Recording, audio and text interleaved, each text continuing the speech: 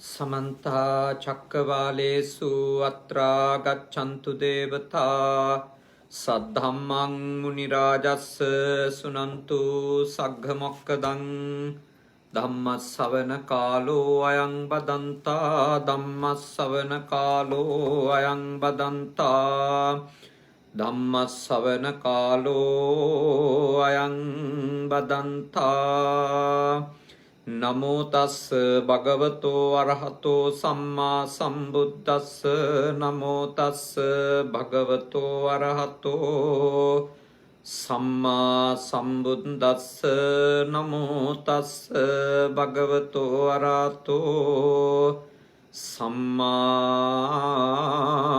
सम्बुद्धस्स कारुणिक श्रद्धाकामी पिंगुतुनी අද දවසේ අපේ පින්වත් පිරිස බුද්ධ පුතුන් මුහුණු පොත සමග සජීවීව සහ සම්බන්ධ වෙන්නේ තථාගත ලෞතුරා බුදුරජාණන් වහන්සේ දේශනා කරපු උතුම් ශ්‍රී සද්ධර්මයට ටික වෙලාවක් ඇහුම්කම් දෙන්න. අද පින්කමේ දායකත්වය අරගෙන කටයුතු කරනවා සත්‍යා රන්දෙනි මහත්මිය, හොෂාන් රන්දෙනි මහත්මාණන්, ඒ දෙපළගේ ආදරණීය දරුවන් සසිරු යොනාල් පුතුණුවන් සහ යෙනලි එනායා දියණිය.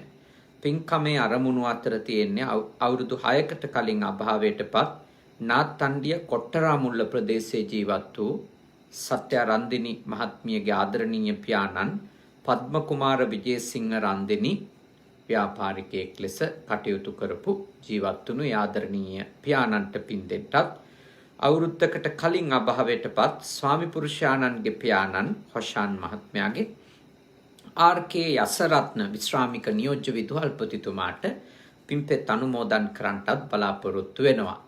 ඊට අමතරව මේ උතුම් පින්කම සිද්ධ කරද්දී ආදරණීය අම්මා වජ්‍රා නිශාන්ති වික්‍රමසිංහ මාතාවගේ 54 වන ජන්මදිනය නොවැම්බර් මාසේ 18 වෙනිදාට යෙදෙනවා.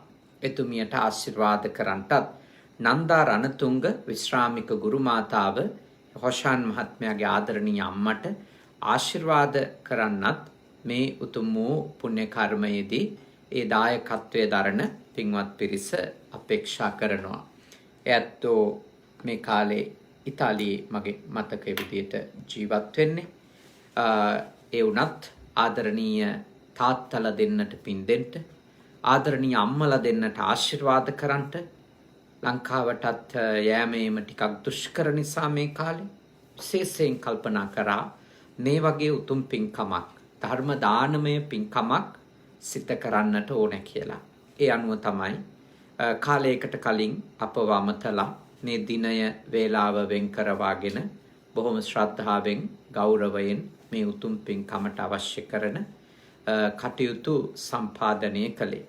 ඉතින් පින්වත් පිරිසත් බොහෝම ඕනෑකමින් මේ සන්ධ්‍යායාමයේ සහ සම්බන්ධ වෙන්නේ බුද්ධ පුතුන් මුහුණු පොත සමග එකතු වෙලා තථාගත ලෞතුරා බුදුහාමුදුරුවෝ දේශනා කරපු දහම් කරුණක් නේ ඉගෙන ගැනීම තමයි ඔබගේ බලාපොරොත්තුව, අපේක්ෂාව. අපි මේ දිනවල අඛණ්ඩව සාකච්ඡා කරමින් ඉන්නේ ආර්ය අෂ්ටාංගික මාර්ගය. ආර්ය අෂ්ටාංගික මාර්ගයේ අදට નિયમિત මාතෘකාව සම්මා සති. සම්මා සතිය පිළිබඳව තමයි නිවැරදි සිහිය. නිවැරදි සිහිය පිළිබඳව තමයි අද අපි සාකච්ඡා කරන්නේ. ඉතින් හැම දිනාටම බොහෝම ප්‍රයෝජනවත් වෙන මාතෘකාවක්. නිවන් දකින්න හිතන අයට සහ මේ ලෝකේ තමන්ගේ වෘත්තීය කටයුතු හොඳින් කරගන්නට, අධ්‍යාපන කටයුතු හොඳින් කරගන්නට, ඒ වගේම අනිකුත් තමන්ගේ ලෞකික ගෘහස්ත කටයුතු වල ප්‍රගමනයක් ඇති කරගන්නට, දියුණුවක් ඇති කරගන්නට සිහිය කොහොමද අපට උපකාරවත් කරගන්නේ, සිහිය කොහොමද අපි නිවැරදිව පිහිටුවා ගන්නට ඕනෑ කියන එක ගැන අද දේශනාවේදී අපි සාකච්ඡා කරනවා. පළමුවෙන්ම විභංග පාළියේ එන ඒ විස්තරයට මොකක්ද සම්මා සතිය කියලා තථාගතයන් වහන්සේ වදාළ දේශනාවට ඔබේ අවධානය මා යොමු කරනවා. තත්ත කතමා සම්මා සති. මොකක්ද මෙහි සම්මා සතිය කියලා කියන්නේ? ඉද බික්ඛෝ කායේ කායානුපස්සී විහෙරති.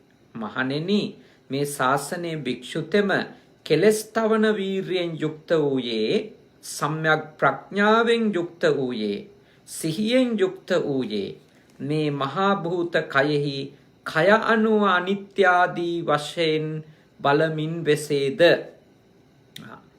පළවෙනියෙන්ම තථාගතයන් වහන්සේ පෙන්වලා දෙනවා, නිවන් මඟ ප්‍රගුණ කරගන්න කෙනෙකු සතිය දියුණු කරන්නට ඕනේ කායානුපස්සනාව සුරු කරගෙන. එතකොට ඒකේ අරමුණු ටික බලන්න අපිට තියෙන්න ඕන. කෙලස් තවන වීරිය තියෙන්න ඕන.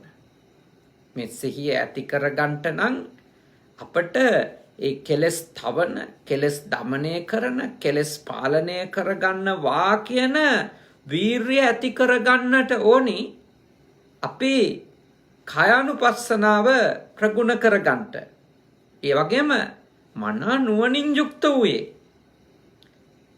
ඒ වීරිය ඇති කරගන්නටත් ඕන ප්‍රඥාවෙන්. මොකද කෙලස් තවන්ට කියලා කයට වද දීපු අය ගොඩක් හිටියා.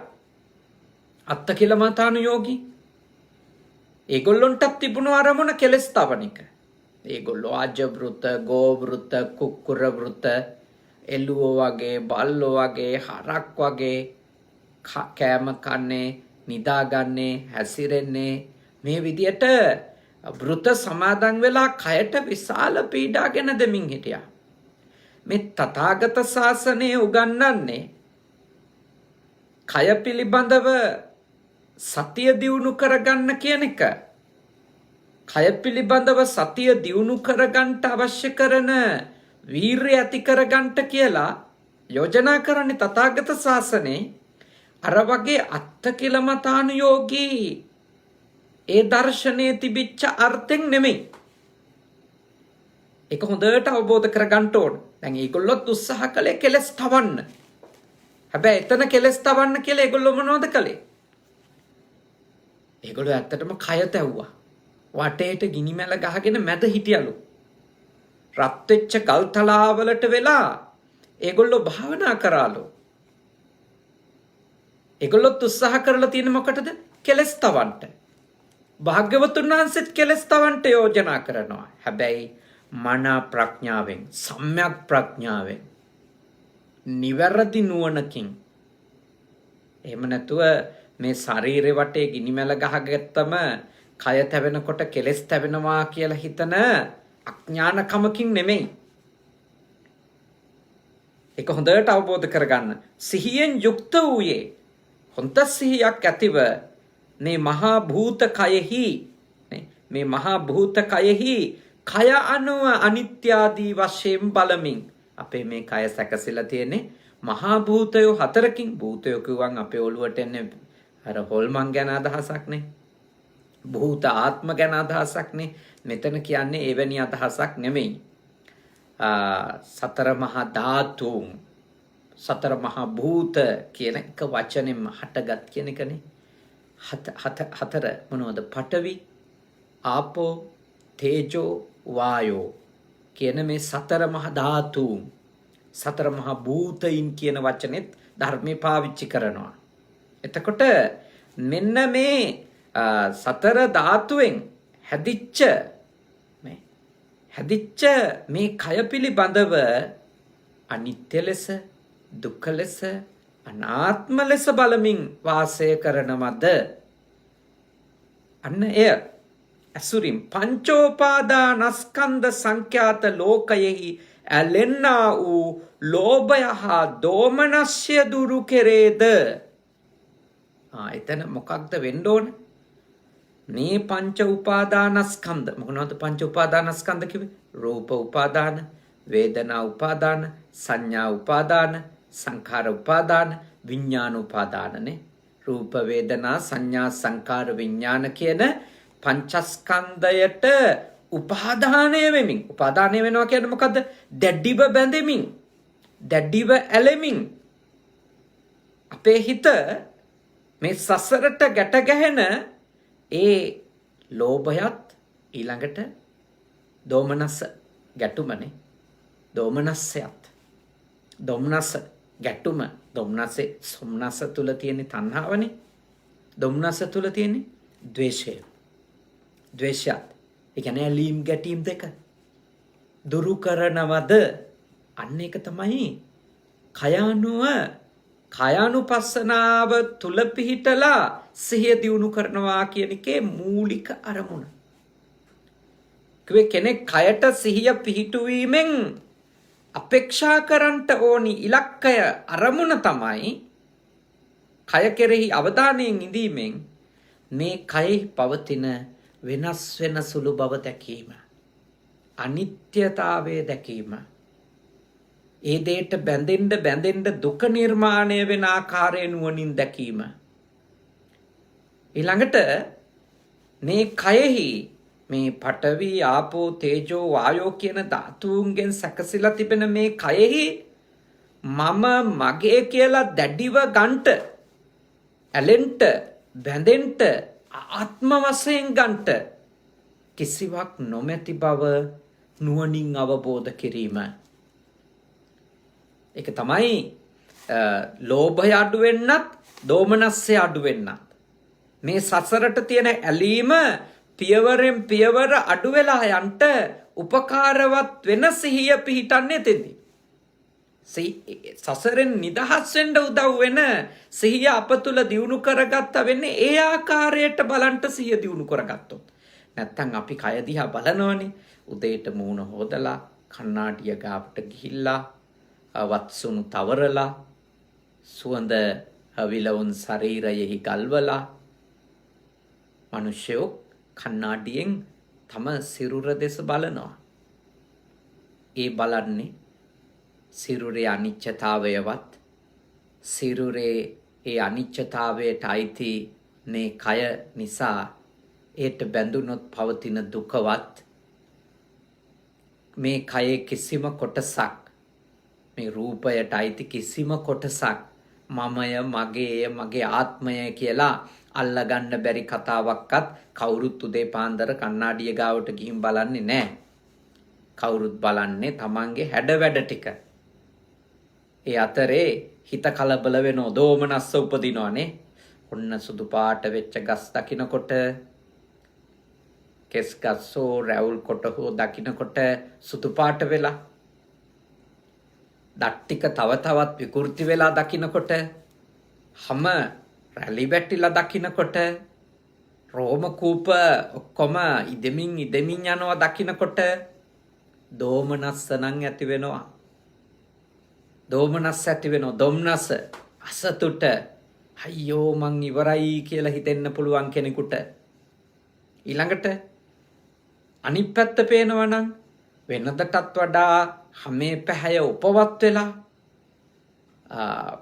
කේශ කලාපය ගැන, දත් ටික ගැන, නියපොතු ටික ගැන බොහෝම ප්‍රියජනක හැඟීම් උපදිනවා නම් එතන උපදින්නේ තණ්හාවක්, ආශාවක්, ලෝභයනේ.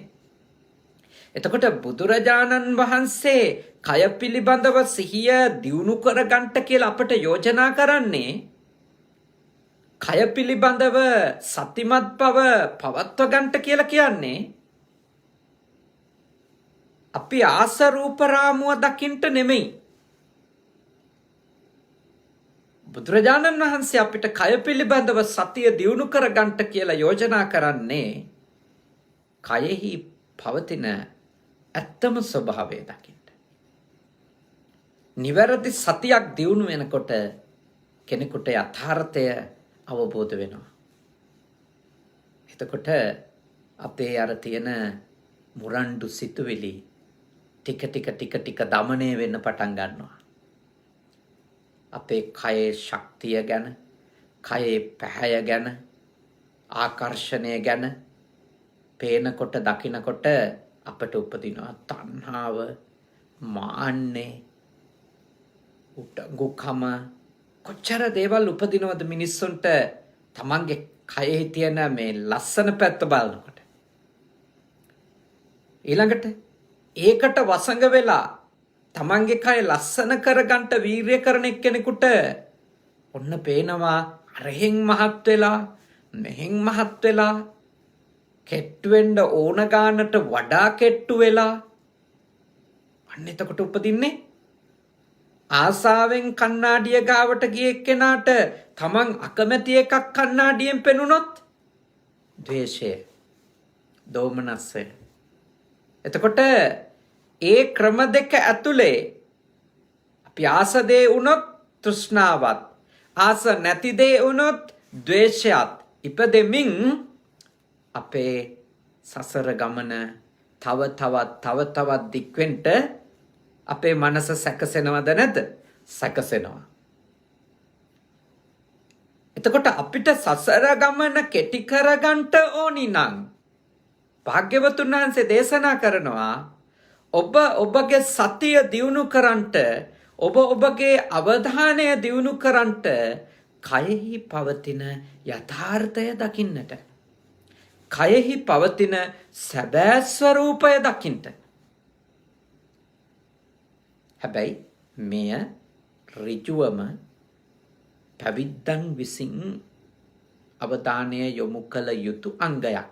ඒකෙන් කියනවද ගිහියන්ට මේ විදියට අවධානය යොමු කිරීමෙන් අවඩක් වෙනවා කියලා? නෑ. නිවනම ජීවිතේ ඒකායන අරමුණු කරගත්ත පැවිද්දට මෙය අනිවාර්යයි.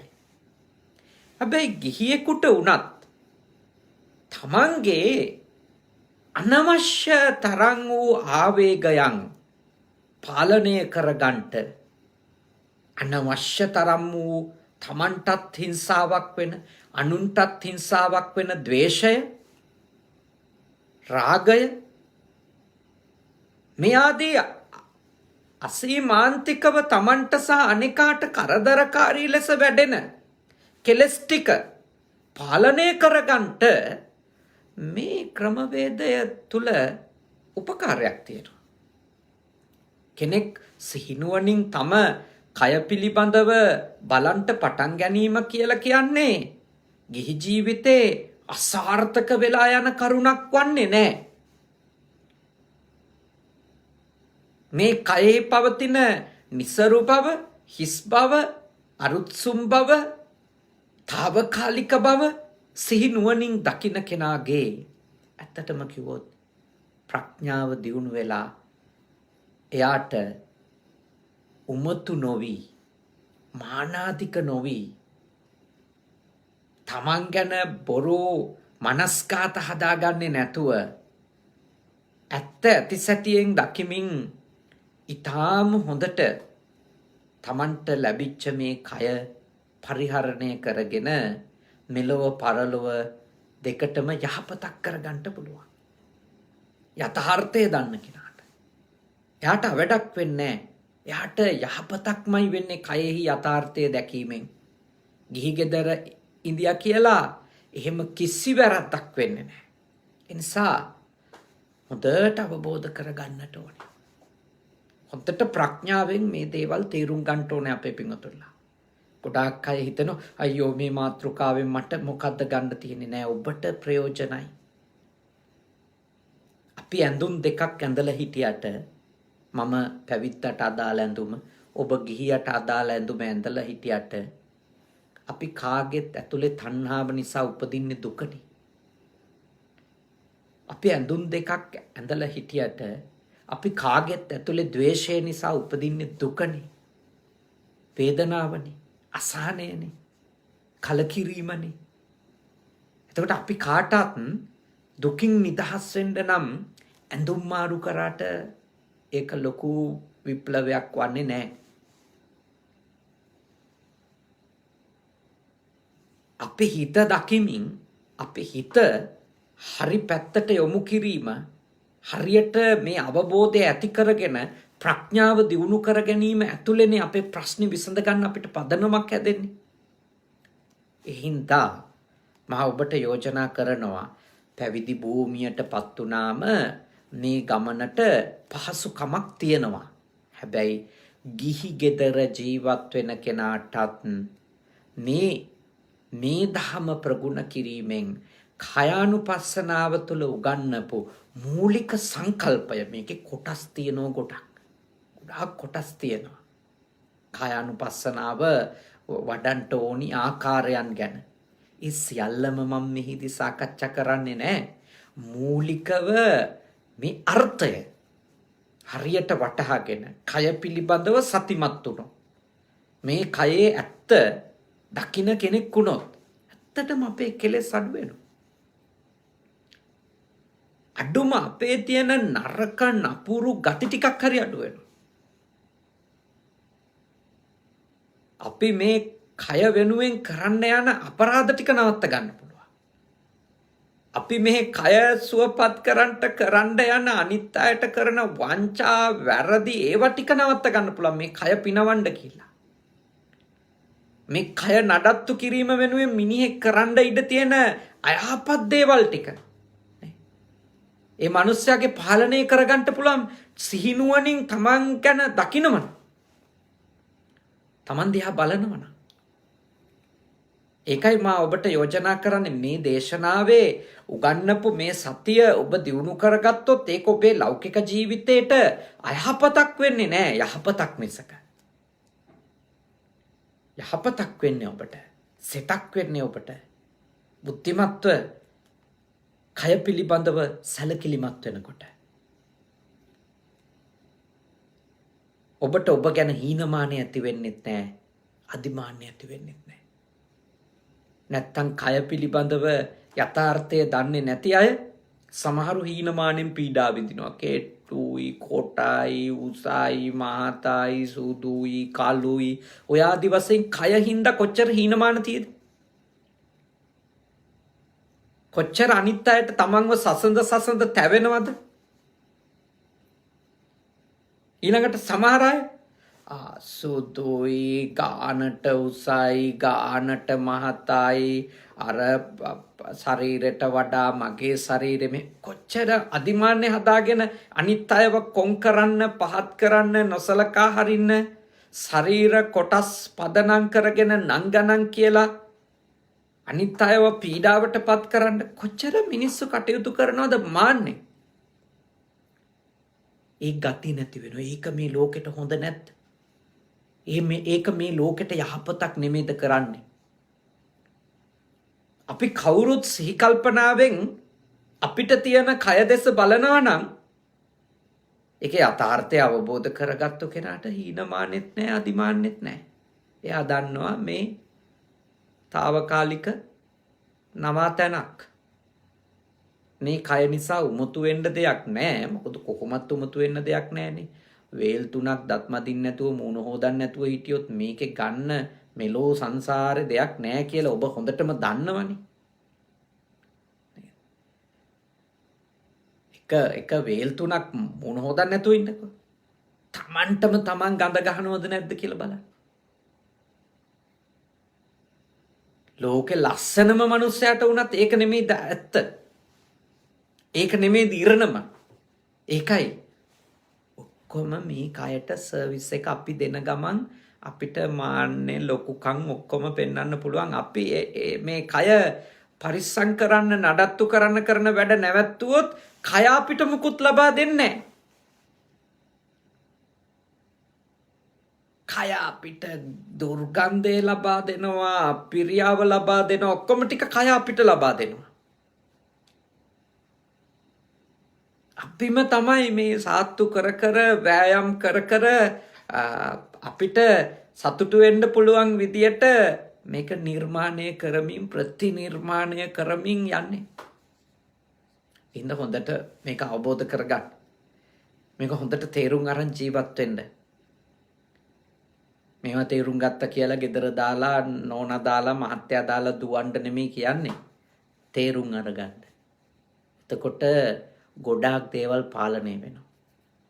ගොඩාක් දේවල් පාලනය වෙනවා. ආක්‍රමණශීලී ගති ස්වභාවයන්හි නිවීමක් ඇති වෙනවා. සංසිඳුණුකමක් ඇති වෙනවා. ඒක අවශ්‍යයි ජීවිතේට. නැත්තම් ආක්‍රමණික ගති සිරිත් එක්ක, සිතුවිලි එක්ක අපි මේ කය නිසා ගිහිල්ලා අන්තිමට මෙලොවත් සසරෙත් දෙකේම අතරමං වුණු පුද්ගලයෙක් බවට පත් වෙනවා. ඔබ හොඳට මේ අවබෝධ කරගන්න. කායානුපස්සනාවෙන් සිහිය දියුණු කරෝතින් ඔබට විශාල ආධ්‍යාත්මික වගේම ලෞකික සාර්ථකත්වයක් ඔබේ ජීවිතයට අනිවාර්යෙන්ම සලසා ගන්නට පුළුවන්. ඊළඟ කාරණය තථාගතයන් වහන්සේ දේශනා කරනවා වේදනාසු වේදනානුපස්සී විහෙරති ආතාපි සම්පජානෝ සතිමා විනෙය්‍ය ලෝකේ අවිජ්ජා දෝමනස්සං.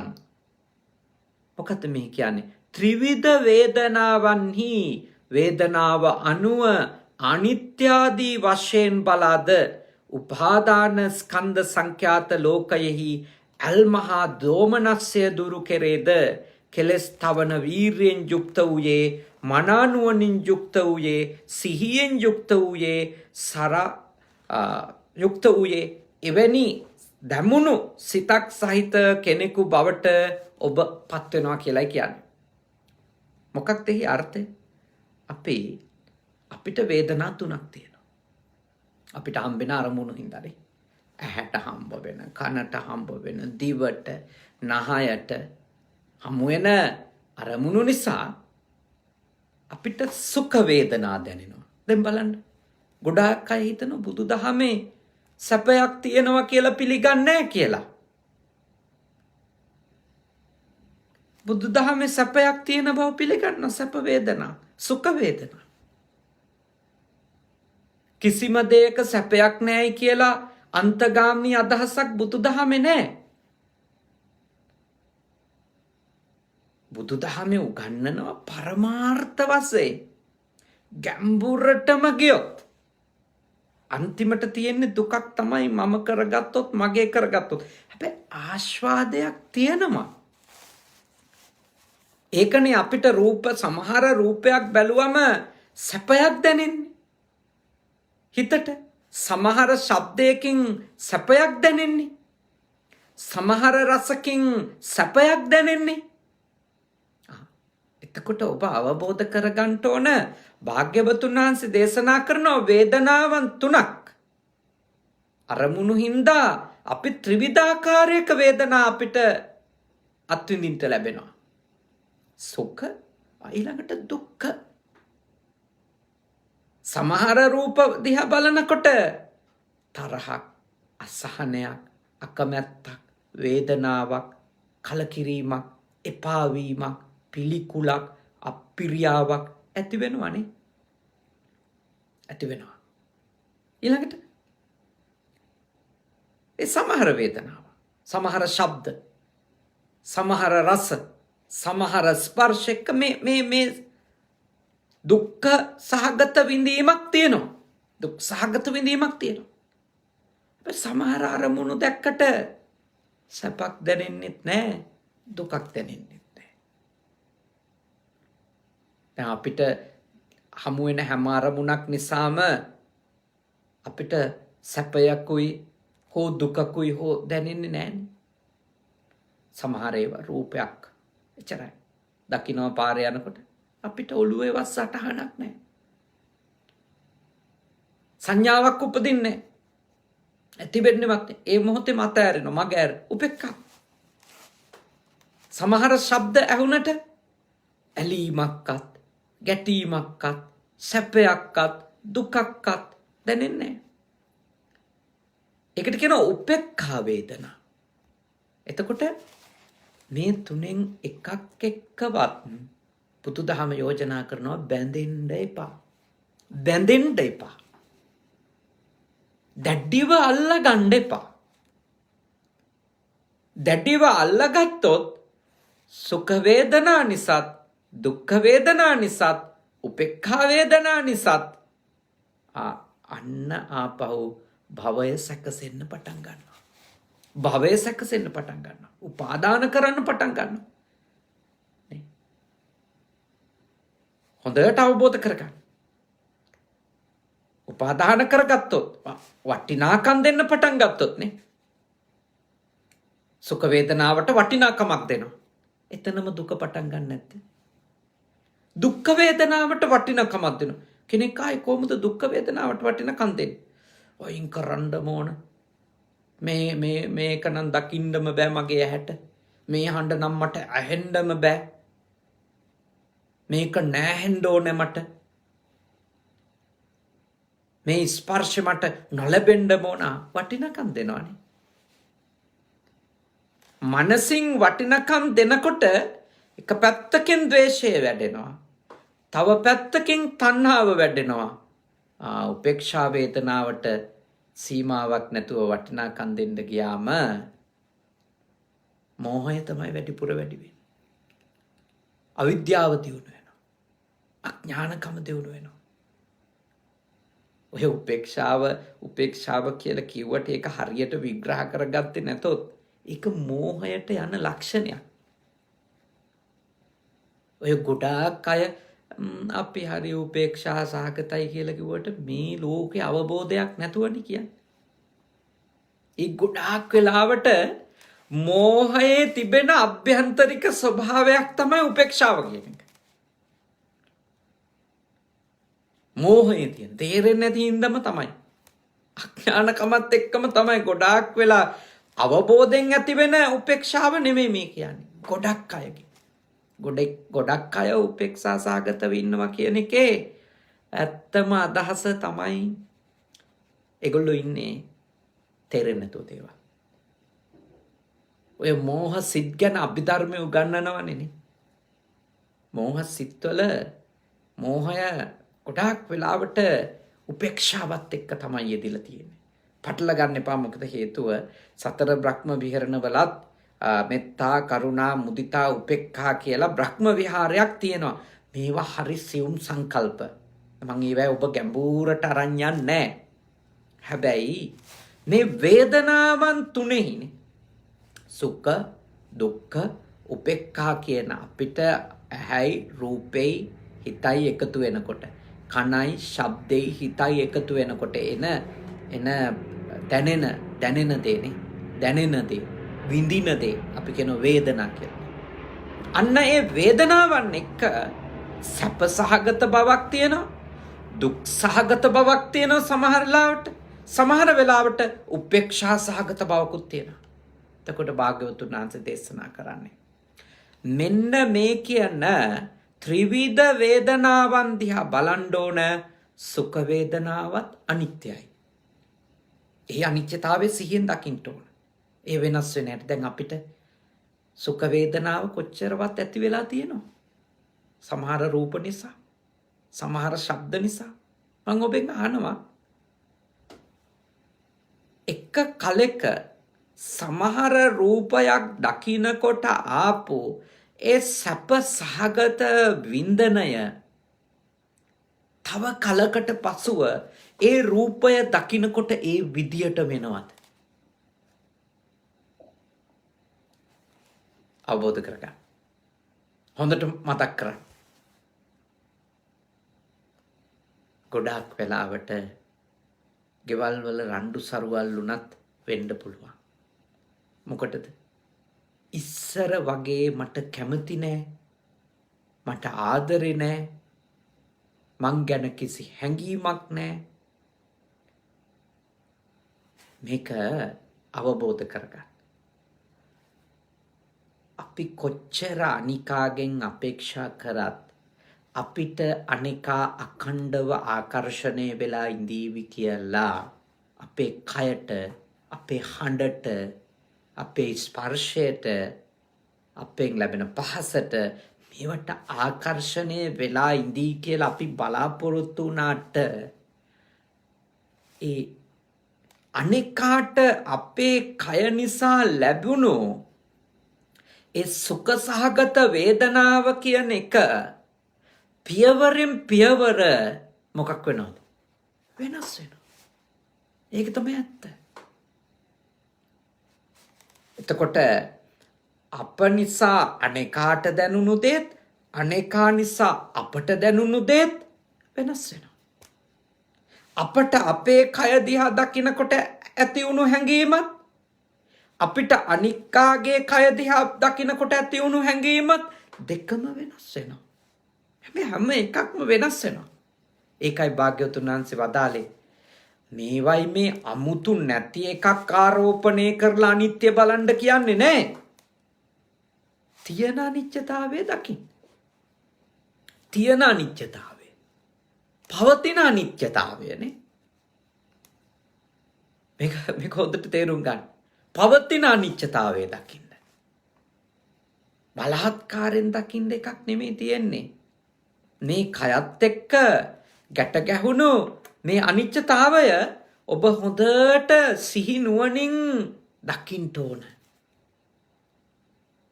එතකොට ඔබට පළමු පියවරේ මේ වින්දනයට වහල් වෙලා අඩුම වැරදි කරන එකවත් නවත්ත ගන්න බැරිය. අඩුම මේ සුඛ වේදනාවන්ට වහල් වුණාම අපි මොන තරම් නේද? අපි මොන තරම් මේ ලෝකේ නේ වසඟ වෙවි ගිහිල්ලා කොච්චර අර්බුද කරගන්නවද? කොච්චර ප්‍රශ්න ඇති කරගන්නවද? මොන තරම් රණ්ඩු සරුවල් ඇති කරගන්නවද? තික්කසාද වීම වෙනවද? කොච්චර ප්‍රශ්න නෝද කියන්නේ? ඊළඟට ඔය දුක් සහගත වේදනාවන්නේ අපිට දැනෙන දුක් වේදනා කියන එකත් එක්ක ගැටෙන්න ගිහිල්ලා ඒක නවත්තන්න ඕන. මේ දුක වෙන්න බෑ, මේ දුක දෙන්න බෑ, මේ දුක විඳින්න බෑ. මෙහෙම ගිහිල්ලා ඒ කියන්නේ අපිට දුක් වේදනාවක් ඇති වෙන විදිහේ සියලු අරමුණු වෙනස් කරගන්නනේ අපිට ඕන.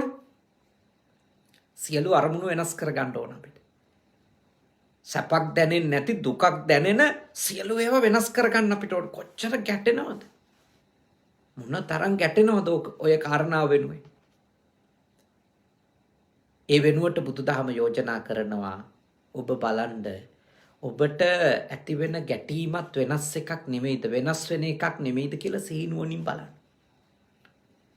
දැන් ඔන්න කාට හරි ආරංචි වෙනවා මම ආදරය කරන කෙනාට මාරාන්තික රෝගයක්, විශාල දුකක් එනවා.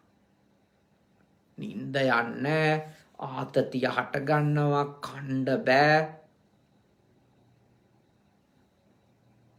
යහපු ගම මාසෙකට පස්සේ බලන්න. මාසෙකට පස්සේ ඒ හැඟීම ඒ ලෙඩත් ඉන්නවා. එයාගේ ලෙඩෙත් තියෙනවා. හැබැයි ඔබට ඒ ලෙඩේ ගැන අහුවම ඇති වෙන හැඟීම. මං කියන්නේ දුකක් නැහැ කියලා. මං කියන්නේ වේදනාවක් නැහැ කියලා. මං ඔබෙන් අහනවා ඔබ සිහිනුවණින් බලන්න තියනවද අර මුලින් දැනිච්ච එක කියලා. මුලින් දැනිච්ච එක දැනෙනවද? ආපු ගමන් ආපු හැඟීම් එනවද? හොඳට අවබෝධ කරගන්න. සිහිය දියුණු කරනවා කියන්නේ වේදනාව ගැන, වේදනාවන්හි පවතිනනේ අපිට දැනෙන දේවල් වල පවතින ඇත්ත තේරුම් ගන්න එක. ඒ තේරුම් ගන්න අවස්ථාව හම්බ වෙනවනේ සිහිය දියුණු කරන්න.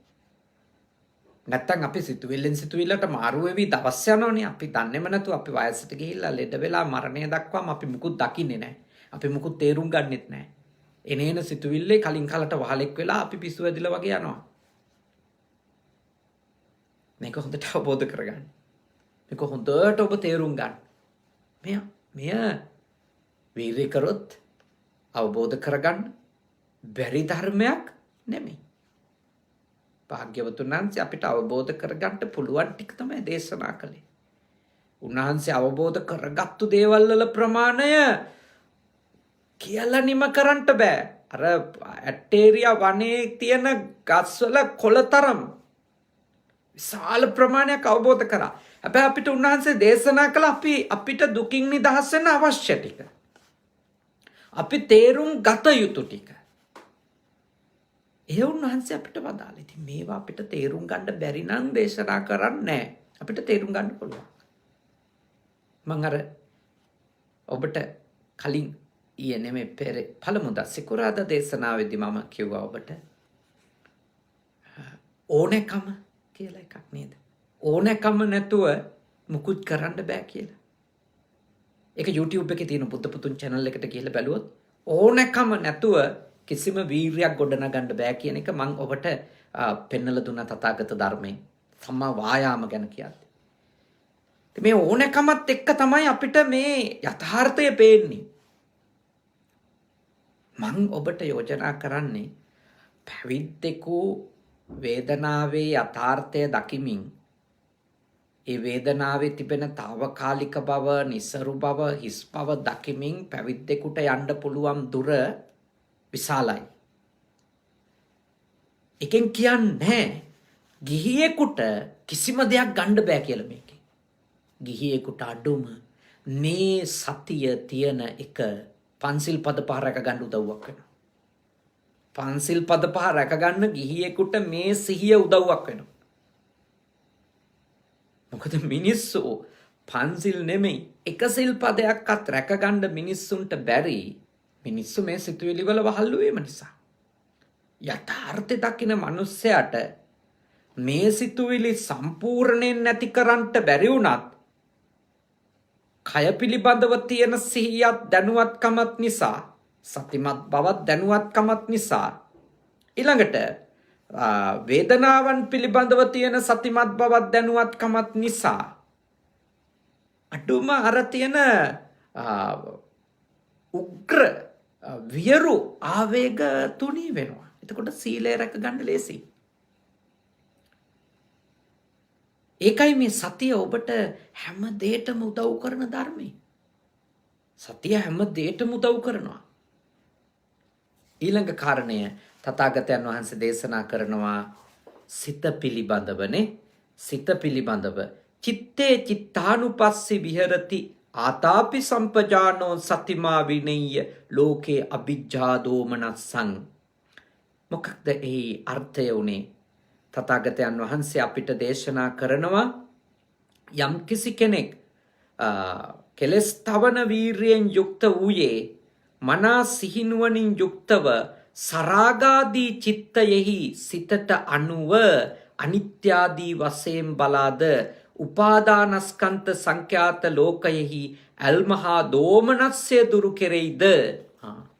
එතකොට සිත දෙස කෙනෙක් බලනවා කියන එකේ අදහස සරාගී සිතක් කෙනකොට සරාගී සිතක් බව. ඒ කියන්නේ Tamanට රාගය ආවම Taman රාගයෙන් ඉන්නේ කියලා දැනගන්න ඕන මිනිස්සෙක්. Taman ඉන්නේ රාගය නැතුව නම් රාගය නෑ මේ වෙලාවේ කියලාත් ඒකත් දැනගෙන ඉන්න ඕන. Tamanගේ හිත රාගයෙන් තොර වෙලා නම් ඒකත් දැනගෙන ඉන්න ඕන. මේ විදියට තමන්ගේ හිතේ රටාවන්, ඒ යෙදෙන සිතුවිලි, ඒ සිතුවිලි වල පවතින රිද්මය තාම සතිමත්ව දකින්න කෙනා ඒ සිතුවිලි උපාදානය කරගන්නේ. ඒ සිතුවිලි වල වහලෙක් වෙන්නේ නැහැ. ගැඹුරින් දකින්න කෙනානේ. තවම මම ඔබ අපි කවුරුත් සිතුවිලි වල වහල් වෙන තැන් තියෙනවනේ. තාම තියෙනවා. මේ ඔබට යෝජනා කරන්නේ අපි යන්න ඕන තැන. අපිට ගමන් කරන්නට භාග්‍යවතුන් වහන්සේ වදාළ තැන. භාග්‍යවතුන් වහන්සේ පෙන්වලා දීපු තැන මේ. අපි අපේ සිතුවිලි වල නැත්නම් අපේ සිතෙහිනේ සිතෙහි පවතින සරාගී සිත, විරාගී සිත, සදෝස සිත, වීතදෝසි සිත, මේ විදිහට මේ සිතෙහි පවතින සිත්, අපිට යෙදෙන සිත් පිළිබඳව හොඳ සතිමත් බවක් අප දියුණු කළොත් අපිට දකින්න පුළුවන් මේ හැම සිතක්ම අරමුණු නිසා හටගත්ත හැම සිතක්ම බොහොම වේගෙන් වෙනස් වෙනවා කියලා. කෙටි කාලෙකින් ඉවර වෙලා යනවා කියලා.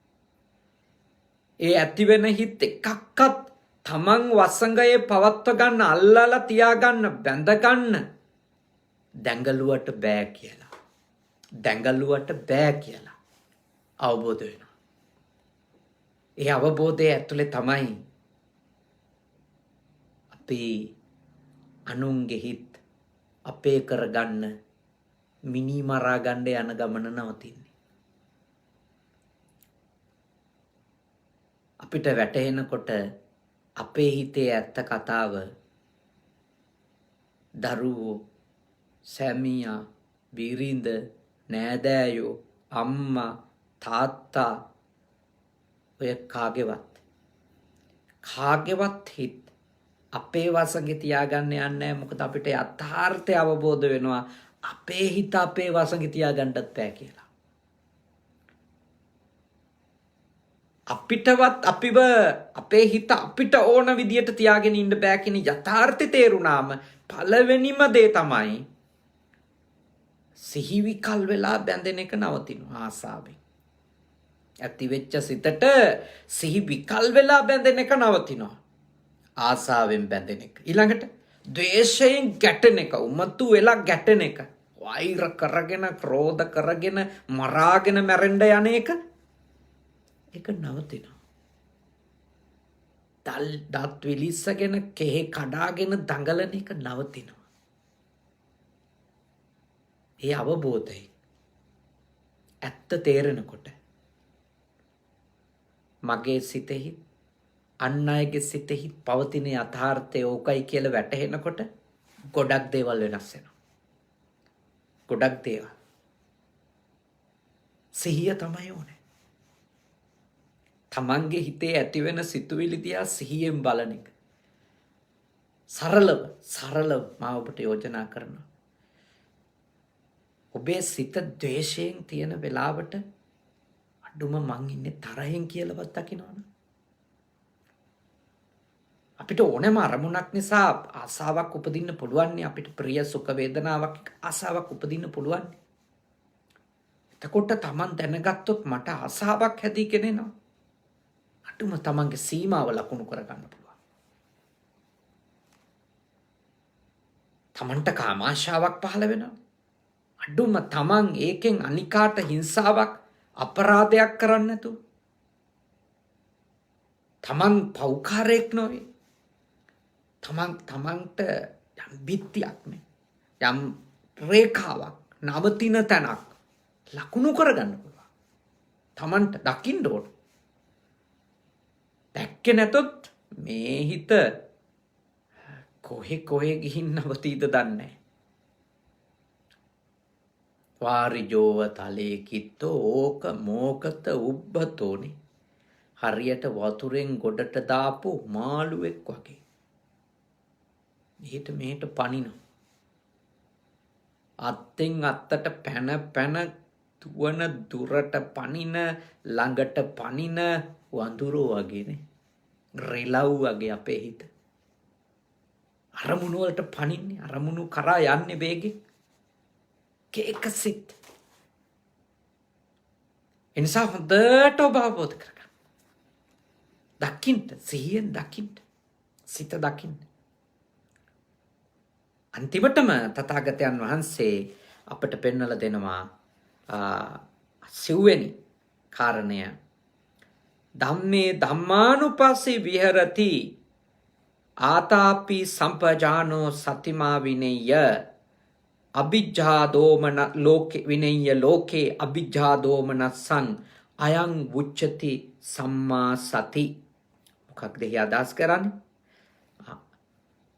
මන කෙලස් තවන වීර්යෙන් යුක්ත වූයේ, මන නුවණින් යුක්ත වූයේ, සිහියෙන් යුක්ත වූයේ නීවරණාදී ධර්ම විෂයෙහි ඒ ධර්මයන්ට අනුව අනිත්‍යාදී වශයෙන් බලයිද. මොනවද නීවරණ? කාමච්ඡන්දය එනකොට, ව්‍යාපාදය, තීන මිද්ද, උද්ධච්ච කුක්කුච්ච, විචිකිච්ඡා. මෙන්න මේ නීවරණ ධර්ම අප සිත තුළ යෙදෙනකොට, උපදිනකොට ඒවා සිහියෙන් දකින්නට කියන ධම්මානුපස්සනා කියලා. නීවරණ ධර්ම ආදී ධර්මයන් අපේ මනසේ හට ගන්නකොට ඒවා ධර්ම කියලා හැඳින්වුවේ තථාගත දේශනාවේ. ඒ ධර්මතාවන් හට ගන්නකොට ඒවට අයිති ධර්මතාවත් මොකද්ද? අනිච්ච, දුක්ඛ, අනාත්ම. කාමච්ඡන්දය නිත්‍ය එකක්ද අනිත්‍ය එකක්ද? දුක එකක්ද සැප එකක්ද අන්තිමටම? ආත්ම වශයෙන් ගන්න පුළුවන් එකක්ද අනාත්ම ධර්මයට අයිති එකක්ද? මම මගේ ආත්මය කියලා ගන්ට තරම් සාරයක් කාමච්ඡන්දේ තියනවද නැද්ද? සිහිනුවණින් දකින එක. සිහිනුවණින් දකින එක. ඊළඟට ව්‍යාපාද. තීන මිද්දනේ. තීන මිද්ද. විචිකිච්ඡා. මේ සිතුවිලි මේ මනෝභාවයන් පිළිබඳව මේ ධර්ම ඇත්තටම ධර්ම පිළිබඳව මනා සිහියක් ඔබ පිහිටුවා ගත්තොත් මේ ධර්ම පහ නිසාම නීවරණ ධර්ම නිසාම කොච්චර අපේ අවබෝධය වැළකීලාද කියලා බලන්න. ආසාවෙන් මුසපත් වුණාම කොච්චර අපිට දේවල් පේන්නේ නැද්ද? කොච්චර අපි ලොකු කලුවරකද? ඊළඟට ව්‍යාපාදයෙන් මුසපත් වුණාම අපි කොච්චර අඳුරකට යනවද?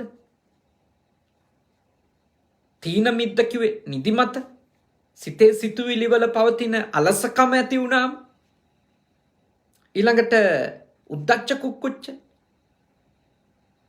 පසුතැවිල්ල සහ නොසන්සුන්කම හිතේ ඇති වුණාම, ඊළඟට විචිකිච්ඡා සැකය ඇති වුණාම අපේ මනස මොන තරම් අවබෝධයෙන් ඈත් වෙනවද? ප්‍රඥාවෙන් අපේ මනස දුරට ගමන් කරනවද? අපි කොච්චර නිවනෙන් ඈත් වෙනවද? නිවන මොන තරම් අපිට දුර වෙනවද? අපි විඳවීමනේ ලං කරගන්න, නිවීම නෙමෙයි. සදාකාලික සැනසීම නෙමෙයිනේ අපි ලං කරගන්න, අසහනේනේ. නීවරණ ධර්ම වල වහලෙක් වුණාම. ඒ නිසා ඔබේ මේ ලෝක ජීවිතයත් ඔබට උපදින භවගාමී සසරේ භවගමනත් යහපත් කරගන්න. ඔබ මේ සතර සතිපට්ඨානයෙහි සිහිය පිහිටුවා ගැනීම අතිශයින්ම උපකාරවත් වෙනවා. ඊළඟට මාර්ග සිත් උපදව ගන්නට, මාර්ග සිත් උපදව ගන්නට, ඵල සිත් උපදවා ගන්නට මේ සතර සතිපට්ඨානයෙන් ලැබෙන පිටුවහල අසීමිතයි. භාග්‍යවතුන් වහන්සේ දේශනා කළ උපරිම අවුරුදු 7ක් සතර සතිපට්ඨානය දියුණු කරොත්, සිහිය දියුණු කරොත්, සතර සතිපට්ඨානයේ මත පදනම් වෙලා සිත වැඩුවොත්, අවම දවස් 7ක් වැඩුවොත් මාර්ගඵලලාභියෙක් නොවි මේ භවය නිමා කරන්නේ නැහැ කියලා තථාගතයන් වහන්සේ වදාළ විදියට මේ ධර්මයේ වැඩුවොත්, ඒ කියන්නේ අපිට වීරය කරන්න කියලානේ මේ යෝජනා. ඒ නිසා ඔබ හැම කෙනෙකුම මේ ශාසනයේ මේ ලැබිච්ච අවස්ථාවේ පුළුවන් දුරක් යන්න. අපි දන්නේ අපි හැමෝටම උතුම් නිවනම අවබෝධ කරලා මේ භවයෙන් භව ගමන නිමා කරන්නට පුළුවන් වෙයිද බැරිද? අපි ඒකට දක්ෂ වෙයිද සමර්ථ වෙයිද දන්නේ ඒත් අපි එහෙම පුළුවන් වෙයි කියන විශ්වාසයෙන් පුහුණු වෙමු. මේ භවයේදීම මාර්ගඵලලාභියෙක් බවට පත් වෙන්න ඕන කියන ඕනකමින් පුහුණු වෙමු. මාර්ගඵලලාභියෙකු බවට පත් වෙන්න බැරි වුණත් අප තුල දියුණු වෙන සිහිය, අප තුල දියුණු වෙන සතිමත් බව, අවබෝධය, ප්‍රඥාව නිසා කොච්චර දුක්ඛ දෝමනස්යන් දුරු කරගන්නට අපට ඒ උදව් වෙනවද? උපකාර වෙනවද? එනිසායි ඔබට යෝජනා කරන්නේ තථාගත ධර්මයට අනුව ඔබ සතිය දියුණු කරන්න.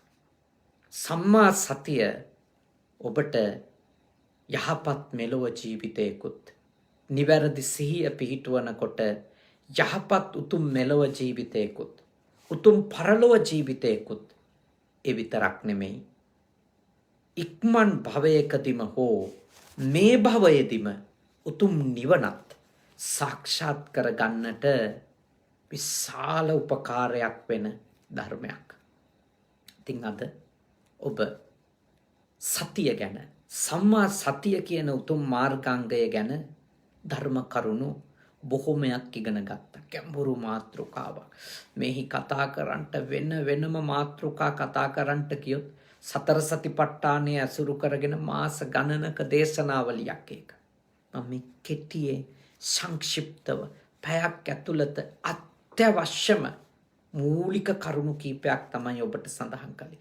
මේ සතර සතිපට්ඨානය පිළිබඳව උතුම් සායනහන්සලා රාශියකගේ දේශනා YouTube එකේ තියෙනවා අහන්න. ඒ වයින් තව බොහෝ කරුණු කාරණා ඔබට නිර්වුල් කරගන්නට නිසක වශයෙන්ම අවස්ථාව හම්බ වෙනවා. ඉතින් අද දවසේ මේ උතුම් පින්කම සිද්ධ කළේ විදේශගතව ජීවත් වෙන සත්‍යාරන්දෙනි නෝනා මහත්මිනිය. තුමිය කැලණිය විශ්වවිද්‍යාලයේ හිටපු කතිකාචාර්යවරියක් මගේ අවබෝධය හැටියට කාලයක් කතිකාචාර්යවරියක් ලෙස සේවය කරපු. ඒ වගේම හොෂාන් රන්දෙනි මහත්මාණන්, ඒ වගේම යසිරු යොනාල් පුතුණුවන්, හොෂාන් මහත්මාත් මම හිතන්නේ ඉංජිනේරුවරයෙක් ලෙස කටයුතු කරන මගේ අවබෝධය හැටියට. ඒ වගේම යනලි එන අය අතුව මේ අය එකතු වෙලා බොහෝම ශ්‍රද්ධාවෙන් අද මේ උතුම් පින්කම සිද්ධ කළේ. තාම ශ්‍රද්ධාවෙන් රැස්වුණු සියලුම පින් කුසල් ඔබ බණ අහලා රැස් කරගත්ත සියලුම පින් කුසල් අපි අනුමෝදන් කරමු. නාත්තන්ඩිය කොට්ටරාමුල්ල ප්‍රදේශයේ ජීවත් වෙච්ච ව්‍යාපාරිකයෙකු වශයෙන් ඒ පළාතේ කටයුතු කරපු ආදරණීය තාත්තෙක් වුණු ආදරණීය සැමියෙක් වුණු අභාවයටපත් පද්ම කුමාර විජේසිංහ රන්දෙනි පියාණන් වහන්සේටත්, ඒ වගේම විශ්‍රාමික විදුහල්පතිතුමෙක් ලෙස දරුවන්ගේ ඇස්පාදන්ට කටයුතු කරපු අභාවයටපත් ආදරණීය පියාණන් ආර්.කේ. යසරත්න පියාණන්ටත්, ඒ ඇතුළු කොටේ පරම්පරාවල මියගිය සියලු දෙනාටත්, බණහපු ඔබ නමින් මියගිය සියලු දෙනාටත් මේ පින් අත් වේවා, සුවපත් වේවා, සැපවත් වේවා, දුකින් මිදේවා. ඔබේ අපේ ඥාතිහිත මිත්‍රාදීන් සියලු දෙනාම මේ පින්බෙලෙන් නිවන් අවබෝධ කරගනිත්වා. සාදු සාදු සාදු.